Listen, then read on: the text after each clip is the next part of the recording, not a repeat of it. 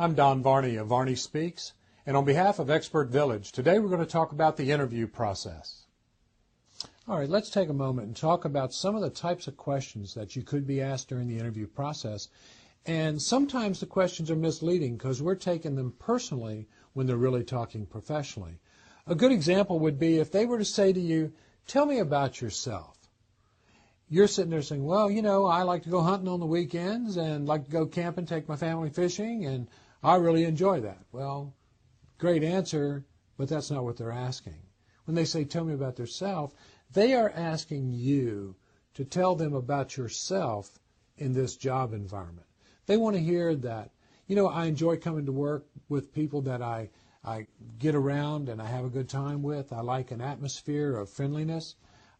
Your company being a company that specializes in public relations and customer service, well, this is the environment that I like, and it would work well for me to work well in your environment. That would be more in line with what they're really asking when they say, "Tell me about yourself." When they ask about strengths and weaknesses, again, they're not asking for you to really tell them, "Well, I'm very good at this and I'm weak at this."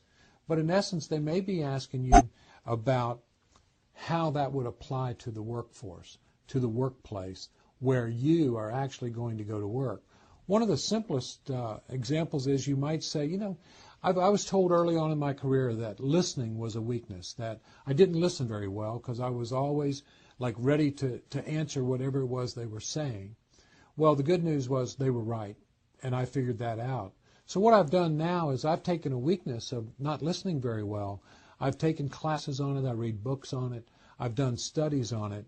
And over the last few years, what I've really determined is I really wasn't a good listener, but now I've really trained myself to understand the importance of listening to the person in front of me before I try to answer.